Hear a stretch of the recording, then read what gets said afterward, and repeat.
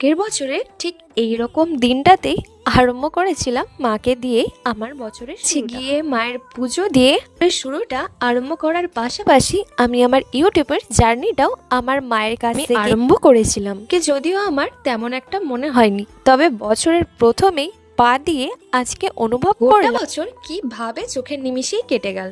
বছরটার মতো ওই বছরটাও আমায় শিখিয়ে গেল ভালো করে মানুষ চিনতে শেখা। আমি শিখেছি কিভাবে লড়াই করে বাবা মায়ের পাশে থাকতে হয়।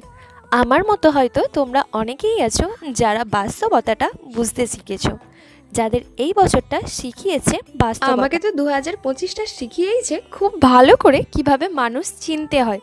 হয়তো এর পরে গিয়ে আরো ভালো করে শিখব। বছরটা তো আমাকে শিখিয়েই গেল পর কখনো আপন হয় না, আর আপন যারা হয় তারা কখনো পর হয় না। 26-এর তোমাদের অনেক অনেক আমার তরফ থেকে শুভকামনা, ভালোবাসা। বাবা মা, প্রিয়জন, পরিবারের